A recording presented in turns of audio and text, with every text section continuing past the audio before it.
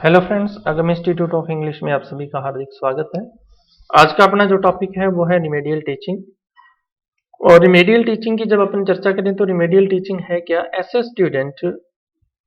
ऐसे स्टूडेंट जो कि किसी क्लास के अंदर, किसी स्टैंडर्ड के अंदर उनको जो मिनिमम रिक्वायरमेंट ऑफ लर्निंग की थी या जितना उनको उस उम्र के अंदर सीख लेना था उतना नहीं कर पाते, उनसे पीछे रह गए।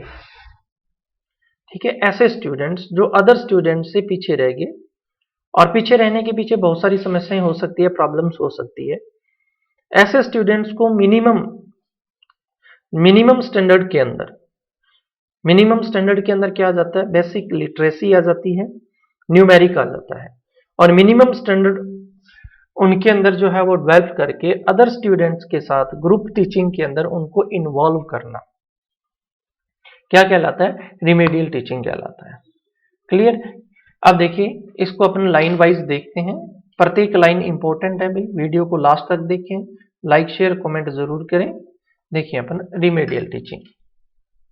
Remedial education is basic catch up in education. कि यदि रिमेडियल टीचिंग की अपन बात करें तो रिमेडियल टीचिंग जो है ये बेसिक कैचअप है। बेसिक का मतलब मूल, कैचअप है इन एजुकेशन। और यदि आपसे क्वेश्चन पूछ लिया जाए कि एजुकेशन का बेसिक जो कैचअप है वो क्या है, तो बेसिक कैचअप जो है वो रिमेडियल एजुकेशन है। इट इज प्रोवाइडेड, ये किसको प्रोवाइड करवाई जाती है? Students who have fallen below minimum standards. ऐसे स्टूडेंट जो मिनिमम स्टैंडर्ड जो है, मिनिमम स्टैंडर्ड का मतलब जिनको लिखना नहीं आता, पढ़ना नहीं आता, न्यूमेरिक नहीं आती, ऐसा जो मिनिमम स्टैंडर्ड जो है उससे भी वो नीचे है। Remedial learning usually focus on, किसके ऊपर फोकस करती है? बेसिक लिटरेसी पर, न्यूमरेसी पर, skill to teach standardise benchmark, ताकि वो स्टूडेंट जो हैं एक जो स्टैंडर्डाइज बेंचमार्क जो है वे जितना उनको आना चाहिए था वहां तक लाने के लिए ऐसे टिपिकल स्टूडेंट्स जो होते हैं सर्टेन एज के अंदर, उनको जो एक्स्ट्रा क्लासेस देकर इंप्रूवमेंट लाने की जो कोशिश की जाती है वही क्या कहलाती है? रिमेडियल टीचिंग कहलाती है। अब कुछ लर्नर्स के अंदर निम्न प्रकार की प्रॉब्लम्स या डिफिकल्टीज हो सकती है लर्निंग फॉरेन लैंग्वेज को लेकर। वो कौन कौन सी हैं देखते हैं। इसमें सबसे पहला आता है लैक ऑफ मोटिवेशन। ऐसे स्टूडेंट्स जिनके अंदर motivation, lack of motivation, foreign language नहीं सीख पाएंगे, किस काम की है ना? तो जो लैक ऑफ मोटिवेशन है ये किसी, देखिए विदाउट मोटिवेशन आप कोई भी कार्य नहीं कर सकते। सेकंड क्या है? Poor comprehensive power. ऐसे स्टूडेंट्स जिनकी अंडरस्टैंडिंग की, कैचअप करने की जो पावर है वो बहुत वीक है, या फिर अपन कह सकते हैं पुअर और वीक मेमोरी। ऐसे स्टूडेंट जिनकी मेमोरी जो है वो काफी वीक है, पुअर है। और students having short assignment span, और ऐसे स्टूडेंट्स, स्पान का मतलब होता है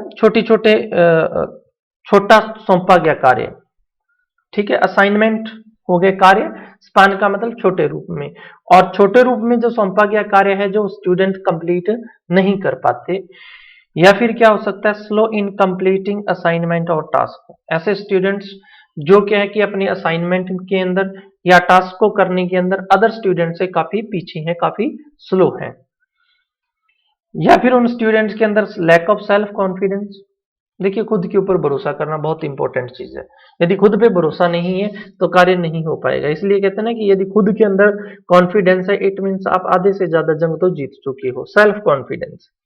और ऐसे स्टूडेंट जिनके अंदर सेल्फ कॉन्फिडेंस नहीं है या लैक ऑफ सेल्फ कॉन्फिडेंस की है, सेल्फ कॉन्फिडेंस की जिन स्टूडेंट्स के अंदर कमी है और जिनकी लो एक्सपेक्टेशंस है, ऐसे स्टूडेंट्स जिनकी लो एक्सपेक्टेशन, यानी कि आगे कुछ करना ही नहीं है जी, हमें इतना ही पढ़ना है और ये काम करना है और हमें इतना ही सीखना है बस, ठीक है? लो एक्सपेक्टेशंस।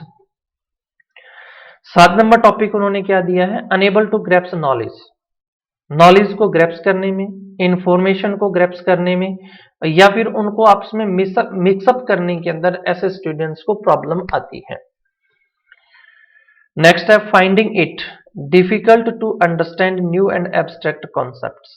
और ऐसे स्टूडेंट्स जो डिफिकल्ट जो ऐसे स्टूडेंट जो डिफिकल्टी महसूस करते हैं अंडरस्टैंडिंग के अंदर, किन चीजों के अंदर, न्यू और एब्स्ट्रैक्ट आइडियाज के अंदर, कॉन्सेप्ट के अंदर, unable to link the knowledge of different subjects, और जो नॉलेज को दूसरे सब्जेक्ट्स के साथ लिंक नहीं कर पाते। सपोज दैट संस्कृत की ग्रामर करने के बाद में हिंदी की ग्रामर करने में बहुत ज्यादा आसानी होनी चाहिए, लेकिन वो इन चीजों को मिक्सअप नहीं कर पाते। और दूसरा, different mental level and style of learning. अब देखिए प्रत्येक स्टूडेंट का जो मेंटल लेवल जो होता है वो अलग अलग होता है। हमें इस चीज का पता है कि कुछ स्टूडेंट्स है बिलो एवरेज हैं, एवरेज हैं, ठीक है, इंटेलिजेंट है, सुपीरियर है, जीनियस है। सभी स्टूडेंट्स का जो मेंटल लेवल है वो डिफरेंट होता है, और सभी का सीखने का तरीका भी अलग अलग होता है। कुछ अपने सहपाठी से ज्यादा सीखते हैं, कुछ ग्रुप के अंदर ज्यादा सीखते हैं, कुछ इंडिविजुअली टीचिंग के अंदर ज्यादा सीख पाते हैं, क्योंकि ग्रुप के अंदर उनको नया क्वेश्चन करने में, ठीक है, बहुत सारी दिक्कतें आती है। प्रकृति के जो लोग होते हैं, शाई नेचर के, ठीक है, तो लर्निंग स्टाइल अलग अलग हो सकता है।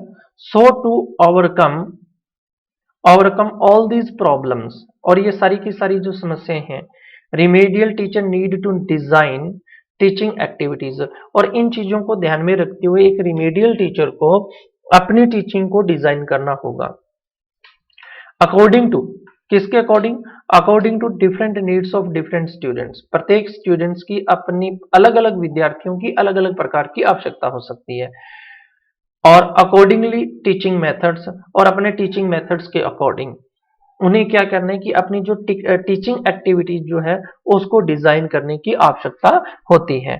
अब उसके बाद में योकम और सिम्पसन ने कुछ इसके फंक्शन बताए हैं रिमेडियल टीचिंग के। वो कौन कौन से फंक्शंस हैं देखिएगा। इसके अंदर सबसे पहला उन्होंने फंक्शन क्या दिया है, टू असिस्ट। देखिए टू असिस्ट, असिस्ट का मतलब क्या होता है, सहायता करना, ठीक है, हेल्प करना किसी की। To assist the poor students, poor students की हेल्प करना, किसमें, to pace with his classroom teaching, ताकि वो अपनी क्लासरूम टीचिंग के अंदर, पेस का मतलब था रफ्तार पकड़ना, कि ऐसे स्टूडेंट्स की हेल्प करना ताकि वो जो अदर स्टूडेंट्स के साथ ग्रुप टीचिंग के अंदर, क्लासरूम टीचिंग के अंदर वो स्टूडेंट्स रफ्तार पकड़ सकें जो पीछे हैं। सेकंड क्या है, to solve the learning difficulties of the poor students, और जो पुअर स्टूडेंट्स हैं उनकी जो लर्निंग डिफिकल्टीज जो है उनको सॉल्व करना। तीसरा इसमें आता है, to improve and modify his instruction procedure in view of the wide coverage of human variations. अब देखिए ह्यूमन वेरिएशन का मतलब यहाँ किससे है, कि स्टूडेंट जो भिन्न भिन्न प्रकार के स्टूडेंट है, डिफरेंट काइंड्स ऑफ स्टूडेंट्स हैं, डिफरेंट काइंड्स उनके नेचर को लेकर हो सकते हैं, लर्निंग लेवल को के लिए हो सकते हैं, अंडरस्टैंडिंग को लेकर हो सकते हैं, मेंटल लेवल को लेकर हो सकते हैं। ये जो ह्यूमन वेरिएशन जो है, इस ह्यूमन वेरिएशन को कवर करने के लिए टीचर को क्या करना पड़ेगा, टू इम्प्रूव और मॉडिफाई इंस्ट्रक्शन, जो उसकी इंस्ट्रक्शन जो है, उसके निर्देश जो है एक टीचर के, उसके अंदर उसको इंप्रूवमेंट लाना पड़ेगा, मॉडिफाई करना पड़ेगा, ताकि क्या किया जा सके, to avoid wastage. Avoid wastage का मतलब जो टीचिंग के अंदर जो एक्स्ट्रा टाइम जो हमारा स्पेंड हो रहा है उस चीज को अवॉइड कर सके in English process, English teaching के प्रोसेस के अंदर। नेक्स्ट है, to raise the understand, to raise the standard of English teaching, और टू रेज, रेज का मतलब था ऊपर उठाना, टू रेज ऊपर उठाया जा सके स्टैंडर्ड ऑफ इंग्लिश टीचिंग, कि इंग्लिश टीचिंग का जो स्टैंडर्ड जो है उसको क्या किया जा सके, अपन ऊपर उठा सके। To evolve the effective strategy of English teaching. देखिए इवॉल्व, इवॉल्व का मतलब था विकसित करना, ठीक है, क्या विकसित किया जा सके, इफेक्टिव स्ट्रेटेजी, प्रभावपूर्ण प्रभावशाली शैली जो है विकसित कर सके, किसको लेकर, इंग्लिश टीचिंग को लेकर। अब देखिए योकम और सिम्पसन ने जो फंक्शंस बताए हैं रिमेडियल टीचिंग के, इसके अंदर पहला तो उन्होंने क्या किया, असिस्ट द पुअर स्टूडेंट्स, कि पुअर स्टूडेंट्स को हेल्प करना, किस चीज में हेल्प करना, ताकि वो क्लासरूम टीचिंग के अंदर अदर स्टूडेंट्स के समान रफ्तार पकड़ सके। दूसरा, स्टूडेंट्स की जो पुअर स्टूडेंट्स की जो लर्निंग डिफिकल्टीज जो है उनको शॉर्ट आउट करना। तीसरा क्या कि ह्यूमन वेरिएशन को देखते हुए रिमेडियल टीचर को अपनी इंस्ट्रक्शन जो है उसको इम्प्रूवमेंट की जरूरत और उसको मॉडिफाई करना, ताकि जो है इंग्लिश टीचिंग के अंदर जो वेस्टेज टाइम जो है उसको बचा जा सके। और पांचवा टॉपिक दिया है कि रेज टू रेज का मतलब ऊपर उठाना स्टैंडर्ड ऑफ इंग्लिश टीचिंग के स्टैंडर्ड को ऊपर उठाना। और इवोल्व का मतलब है विकसित करना effective strategy in English teaching. अब उसके बाद में आता है प्रोसेस ऑफ रिमेडियल टीचिंग। इसकी अपने पहले भी बात की थी कि प्रोसेस के अंदर टीचर क्या करेगा, first of all teacher should make an analysis of the student with difficulties.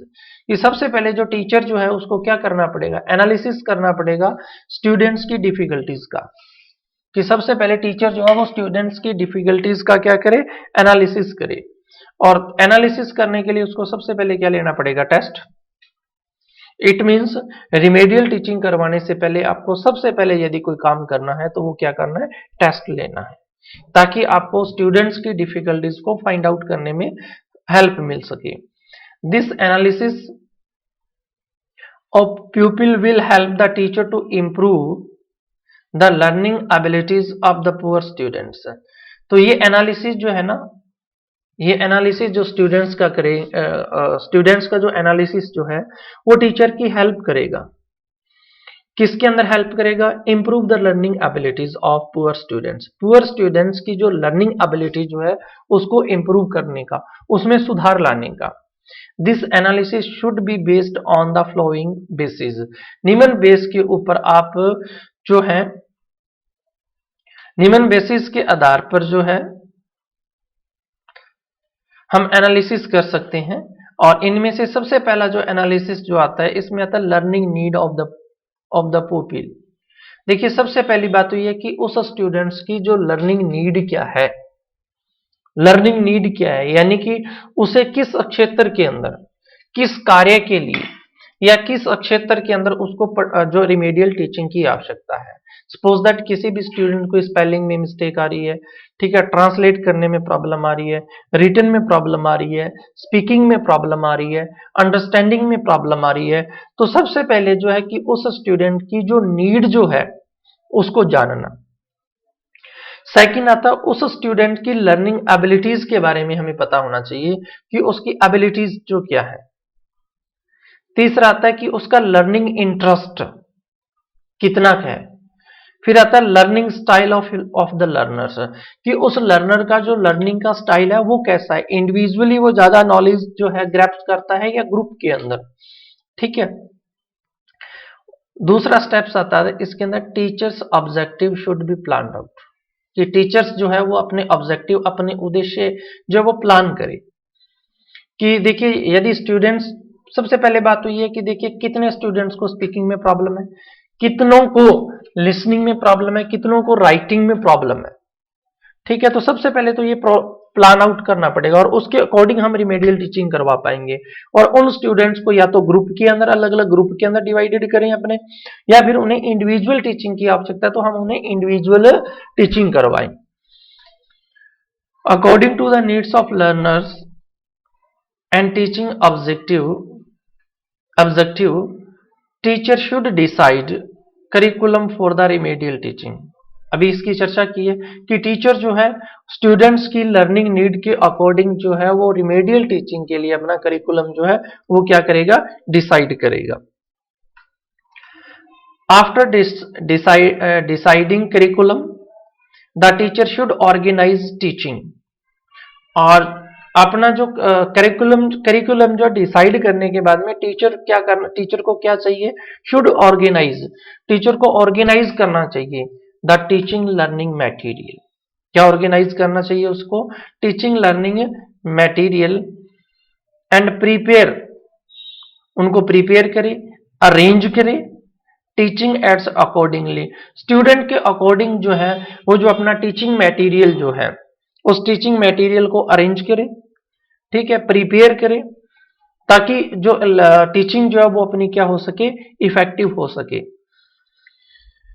In the leading process the teacher can teach the students, in the group. और सबसे पहले जो है टीचर को कैसे पढ़ाना चाहिए, उन स्टूडेंट्स को ग्रुप के अंदर पढ़ाया जाए, या फिर उन्हें individually according to the needs, और उनकी आवश्यकता के अनुसार उन्हें क्या करवाया जाए, इंडिविजुअली टीचिंग करवाई जाए।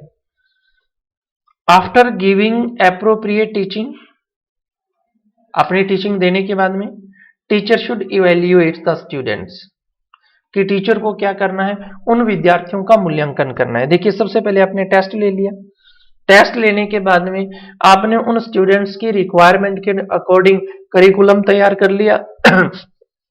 इफेक्टिव टीचिंग करवाने के लिए आपने मटेरियल, जो चीज आपको मटेरियल एड्स की जो आवश्यकता थी आपने वो ले ली और टीचिंग करवा दी।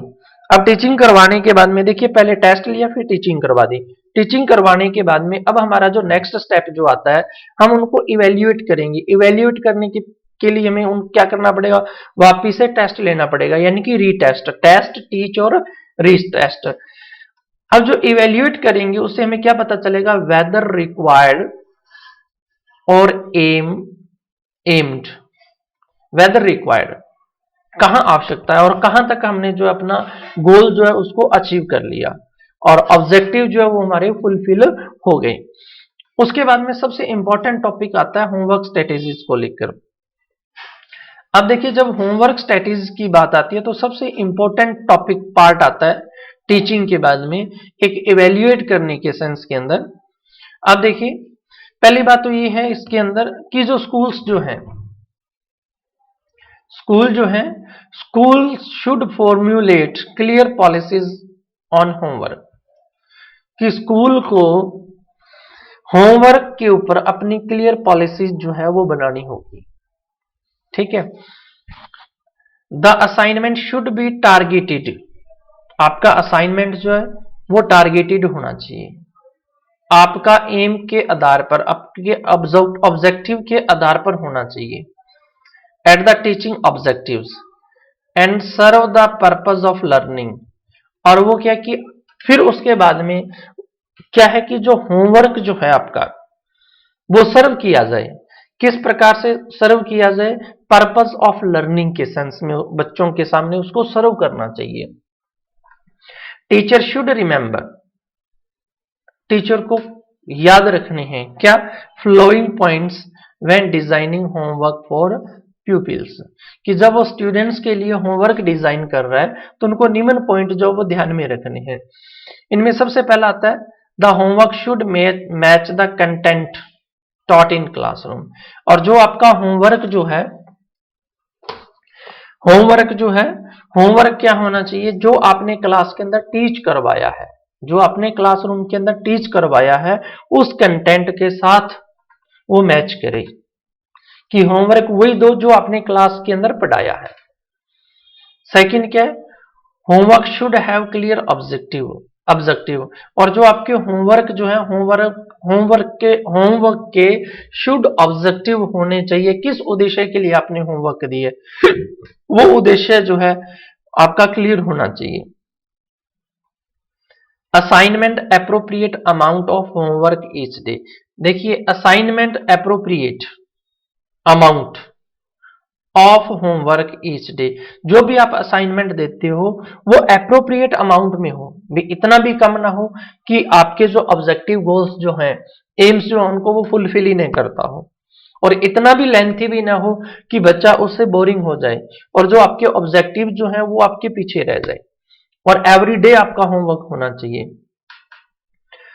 The form and content of homework should be varied, और आपका जो कंटेंट जो है होमवर्क को लेकर उसके अंदर वेरिएशन होनी चाहिए। So as to develop pupil creativity, उन्हें रचनात्मक बनाए। सेल्फ लर्निंग की एबिलिटी उनके अंदर क्रिएट हो, और कोलाबोरेटिव स्किल्स, कोलाबोरेट का मतलब क्या होता है, सहयोगात्मक स्किल्स जो है वो भी डेवलप हो। Teacher should make good use of homework, teacher should make good use of homework as a tool for evaluation, कि टीचर जो है ना वो होमवर्क को लेकर होमवर्क को एक एवेल्युएट या एक मूल्यांकन के रूप में भी यूज में ले सकता है। And feedback to enhance the motivation. देखिए, और जो फीडबैक जो आता है ना, वो क्या करता है, एनहेंस मतलब बढ़ाता है motivation and effectiveness of learning. जो भी आपको अच्छा रिस्पॉन्स मिलेगा उससे स्टूडेंट्स को मोटिवेट करने में, इफेक्टिव लर्निंग के अंदर वो बड़ा ही यूजफुल होगा। अब देखिए, in effective and mechanical drill should be avoided. जो आपकी इन इफेक्टिव और मैकेनिकल ड्रिल जो है उसको अपने क्या करें, अवॉइड करें। अब देखिए, होमवर्क स्टडीज के बाद में अपने पास नेक्स्ट आता है पीयर सपोर्ट प्रोग्राम। देखिए, पीयर सपोर्ट प्रोग्राम के अंदर क्या है कि पीयर सपोर्ट प्रोग्राम के अंदर जो स्टूडेंट जो हैं, ऐसे स्टूडेंट जो किसी सब्जेक्ट को लेकर काफी अच्छे हैं, अदर स्टूडेंट से बेटर हैं, ऐसे स्टूडेंट को एक लीडर टीचर बना देना। और लीडर टीचर इसलिए बना देना ताकि वो अदर स्टूडेंट्स की प्रॉब्लम जो है उस प्रॉब्लम को सॉर्ट आउट कर सके, ठीक है, उनकी हेल्प कर सके। तो देखिएगा, peer support programme remedial teachers में ट्रेन अप, कि जो रिमेडियल टीचर जो है, रिमेडियल टीचर्स में ट्रेन अप पुपिल्स, कि रिमेडियल टीचर जो है वो कुछ विद्यार्थियों को ट्रेन कर सकता है, उनको प्रशिक्षण दे सकता है। किनको प्रशिक्षण दे सकता है, ट्रेनिंग दे सकता है, हु परफॉर्म, जो परफॉर्म करते हैं बेटर इन सर्टन सब्जेक्ट, किसी विशेष सब्जेक्ट के अंदर, to become leader teachers and who will be responsible for helping schoolmates with learning difficulties in group teaching. देखिए, बिकम लिटिल टीचर्स, उनको लिटिल टीचर बिकम कर देना, बना देना। और जो क्या होंगे, हु विल बी रिस्पॉन्सिबल, वो स्टूडेंट, वो लिटिल टीचर रिस्पॉन्सिबल होंगे, किस चीज के लिए रिस्पॉन्सिबल होंगे, हेल्पिंग स्कूलमेट्स, स्कूलमेट की सहायता करने में, विद लर्निंग डिफिकल्टीज, जो लर्निंग डिफिकल्टीज उनको आ रही है, किसके अंदर लर्निंग डिफिकल्टीज आ रही है, ग्रुप टीचिंग के अंदर, या सेल्फ स्टडी के अंदर, या classes outside, outside classes also, और क्लासरूम के बाहर भी। Peer support programme help peoples reinforce their knowledge. जो पीयर सपोर्ट प्रोग्राम जो है ये स्टूडेंट्स को हेल्प करता है रीइंफोर्समेंट देने में उनके नॉलेज को, एंड डेवलप देयर कम्युनिकेशन, और उनके अंदर विकसित करता है, डेवलप करता है देयर कम्युनिकेशन एंड कोऑपरेशन, सहयोग, as well as good interpersonal relationship, ताकि उनकी जो है अदर स्टूडेंट्स के साथ क्या बन सके, इंटरपर्सनल रिलेशनशिप जो है वो बहुत अच्छी हो सके। देखिए, अपन देखते हैं कि कुछ स्टूडेंट क्लास के अंदर ऐसे होते हैं कि जब उनको जरूरत होती है तब तो वो आपसे यस हाय हेलो करते हैं, नोट्स चाहिए, है ना, या अदर किसी चीज की रिक्वायरमेंट है, और जब आपको उनसे जरूरत होती है तो फिर वो सेल्फिश हो जाते हैं। इट मीन्स उन स्टूडेंट्स के अंदर यदि लैक ऑफ है तो वो लैक ऑफ किस चीज का, कम्युनिकेशन का है, कोऑपरेशन का है, इंटरपर्सनल रिलेशनशिप का है। और किसी भी स्टूडेंट्स के अंदर आपने कम्युनिकेशन, कोऑपरेशन और इंटरपर्सनल रिलेशनशिप जो है उसको इंक्रीज करना है, तो ऐसे स्टूडेंट्स के ऊपर रिस्पॉन्सिबिलिटी दे दी जाए कि वो दूसरे स्टूडेंट्स की क्या करेंगे, हेल्प करेंगे, ताकि किसी भी स्टूडेंट की जो ऑल अराउंड पर्सनैलिटी जो है उसको डेवलप किया जा सके। To enhance the effectiveness of programme. देखिए, ताकि जो है इफेक्टिवनेस ऑफ प्रोग्राम, इफेक्टिव प्रभावशालीता जो होती है प्रोग्राम की, उसको आगे बढ़ाया जा सके। रिमेडियल टीचर, जो रिमेडियल टीचर है, must train the pupils concern before hand and make regular reviews on it's effectiveness. और रिमेडियल टीचर जो है ना वो अपने स्टूडेंट्स को मस्ट ट्रेन, यानी कि उनको हर हालत में ट्रेनिंग दे। कंसर्न का मतलब संबंधित, ठीक है, बिफोर हैंड आने वाला, एंड मेक रेगुलर रिव्यूज, और उन विद्यार्थियों से, उन स्टूडेंट्स से वो लगातार कंटिन्यू रिव्यू लेते रहें अब उस रिमेडियल टीचिंग की इफेक्टिवनेस को लेकर कि जो रिमेडियल टीचिंग के अंदर जो करवाया गया है वो कितना इफेक्टिव है, स्टूडेंट्स ने कितना एम गोल जो है उसको एम किया है और कितने की अभी हमें रिक्वायरमेंट है। This programme is more suitable for pupils of higher classes. और ये जो प्रोग्राम जो है ये बहुत ही सूटेबल है किसके लिए, हायर क्लासेस के लिए। अब देखिए यदि आपसे क्वेश्चन कर लिया जाए कि पीयर सपोर्ट प्रोग्राम जो है वो किस स्टैंडर्ड के स्टूडेंट्स के लिए मोर इफेक्टिव है, ठीक है, आपको प्राइमरी दे दिया और सेकेंडरी दे दिया, ठीक है, तो हमारा जो आंसर जो होगा वो सेकेंडरी लेवल होगा, ठीक है। हायर क्लासेस के अंदर पीयर सपोर्ट प्रोग्राम बहुत ही इफेक्टिव रहते हैं। उसके बाद में आता है इंडिविजुअलाइज्ड एजुकेशनल प्रोग्राम, जिसकी अपन चर्चा कल करेंगे। प्लीज वीडियो को लाइक शेयर कमेंट जरूर करें। थैंक्स।